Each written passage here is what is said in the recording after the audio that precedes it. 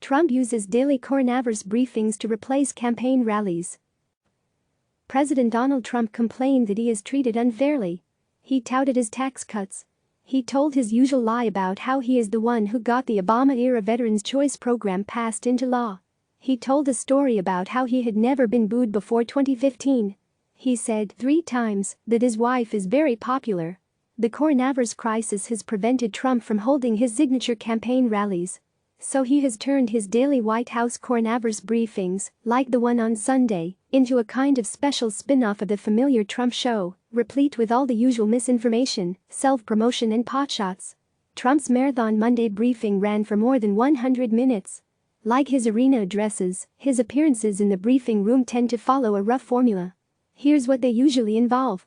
Inaccurate progress reports. Trump has tried to announce some good news at the beginning of every briefing. But many of his claims of progress have been incorrect. Trump announced that Ford and General Motors were making ventilators right now, though manufacturing had not actually started.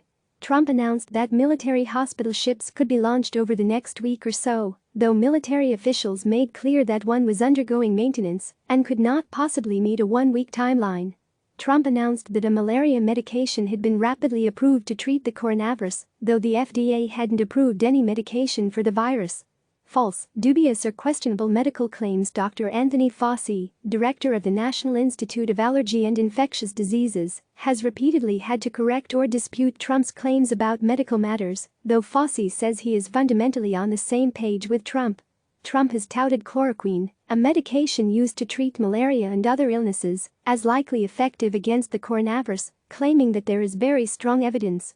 Fauci has noted that the evidence is anecdotal. Trump has claimed we already know that if things don't go as planned with the use of chloroquine, it's not going to kill anybody. Fauci has said there are no proven safe and effective therapies for the coronavirus. Fauci, who was not present for Sunday's briefing, told the journal Science that he knows Trump makes incorrect statements at the podium, but I can't jump in front of the microphone and push him down. Instead, Fauci said, he works behind the scenes to try to get Trump not to repeat the inaccuracies. Trump did amend one of his claims. After declaring at Saturday's briefing that people should use very good liquids to sanitize masks and reuse them, though N95 masks are approved for a single use only, he acknowledged Sunday that some aren't really set up for reuse, you throw them out.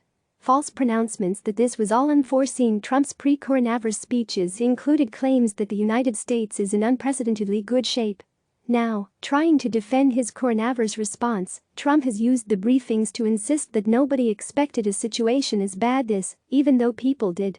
It's something that nobody expected, Trump said of the crisis, though experts in U.S. intelligence agencies had warned for years about the risk of a pandemic.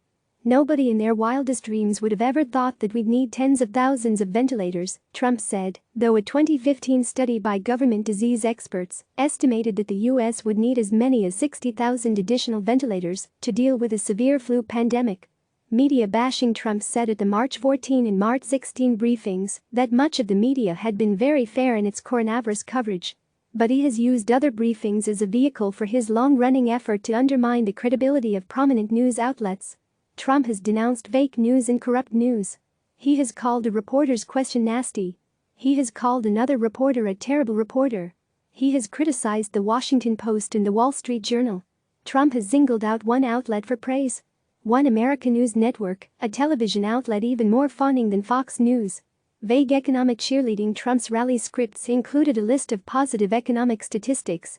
Now that those numbers have been rendered obsolete by the virus, Trump has turned to reminding Americans that the economy used to be thriving and making vague pledges that things will be just as prosperous, or even more so, once the virus is gone. Trump has chosen not to warn Americans about economists' dire forecasts for the coming months. Instead, he has assured people that the economy can recover very, very quickly. It's too bad because we never had an economy as good as the economy we had just a few weeks ago. But we'll be back, and I actually think we'll be back stronger than ever before because we learned a lot during this period of time, he said on Thursday. After declaring Sunday that I think it's going to skyrocket, he conceded that he is uncertain. And I guess you really have to say, who knows? An empathy shortage. Trump's emphasis on good news, or supposed good news, has been coupled with a refusal to spend much time addressing the bad news. Trump has left it to others to discuss the coronavirus death toll and the number of positive tests. Asked what advice he has for people who have lost their jobs or are afraid they would the next day, Trump said, "Well, what they do right now is keep receiving their paycheck, and hopefully their companies are going to be in a very strong position. If people do lose their jobs," he added, "we have unemployment, we have checks, we have a lot of things happening, a lot of very positive things." Asked whether the well-connected, such as NBA players, should be able to jump to the front of the line for coronavirus tests, Trump said no, but perhaps that's been the story of life. Self-promotion, complaints of victimhood as he does at his rallies. Trump has mixed boasts about his own performance, with cries that he has been mistreated. Told that doctors were saying they were unable to obtain critical supplies, Trump said, "Many doctors, and I've read many doctors, they can't believe the great job that we've done." He said governors are loving what we're doing. After complimenting the head of the Food and Drug Administration for working as hard or harder than anyone on the team, he added, "Other than maybe Mike Pence or me." Trump, who said he does not take any responsibility at all for the slow pace of coronavirus testing, has used the briefings to cast fault on multiple people and entities. He has blamed the media and an inherited very obsolete system over the testing problems. He has blamed China for not warning the world sooner about the virus. Fossey has acknowledged that Trump has exaggerated how long ago China could have possibly issued a warning.